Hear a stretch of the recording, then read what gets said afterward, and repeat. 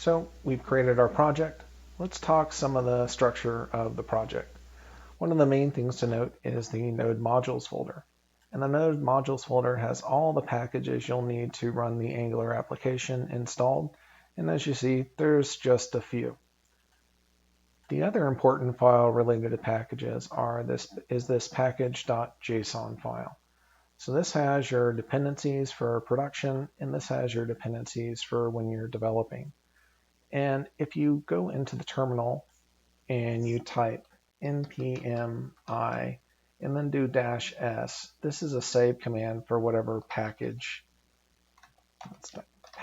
that you install. So if you had a package named package, you do npm I or install. You can do either one. I as a shorthand.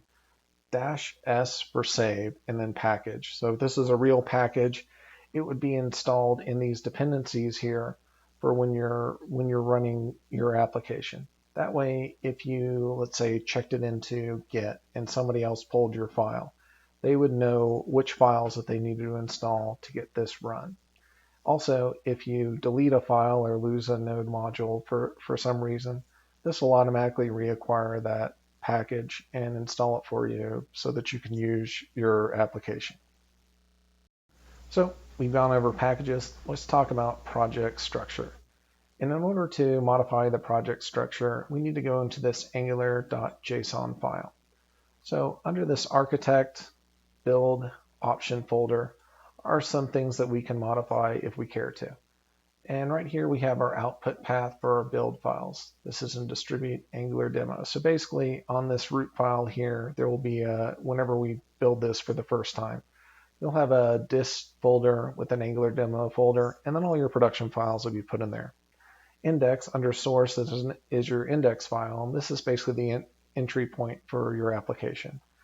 Main is a WebKit file that's needed to run WebKit, and this is also under source. We have polyfills and a configuration file for TypeScript also listed here, so this is just linking those files there. Asset or any additional assets that you need to include that aren't listed here or aren't part of your modules file or listed in your modules file.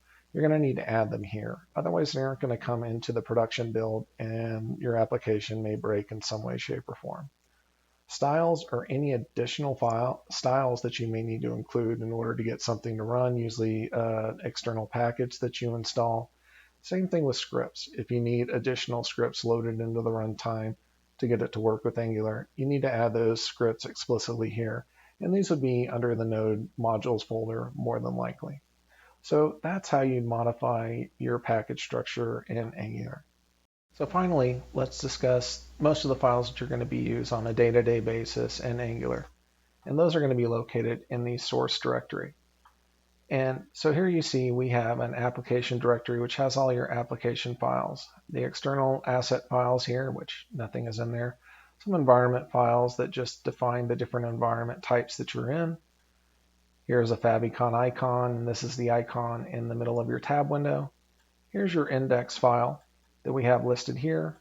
And this app root is actually defined in this app component file. You can see app root is named with the selector.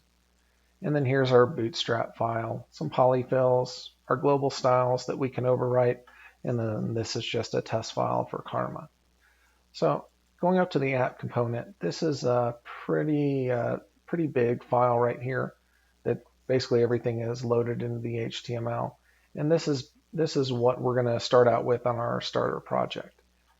This file is added into the app modules in the bootstrap file, and it's also included in the declarations file. Any of our views need to go in the declarations. So these are how they're linked together in order to get this to run. And we also have our routing folder right here, which doesn't have anything. We don't have any routes at this point.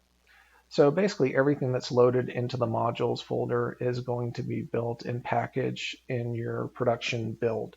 So this, including all your other assets that you want to add, will be moved over there. So that's why we need to use that angular.json file in order to package additional files. So now that we've gone over the basic structure, showed you the important files that you need to look at, let's go ahead and show you what they built from you out of the box. We're going to call ng serve. And just to help us out, we're going to do -O to automatically open the browser. So this is going to build all your files for development purposes, and it's going to run a web server. And then once it's done, it's going to open up a web page that's going to have your demo. So let's look at this real quick. Here is the Angular demo that they built for you out of the box.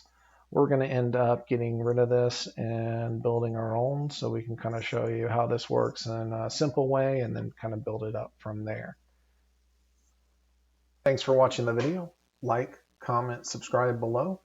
And if you want to discuss any consulting services, look for my email in the description. Thanks.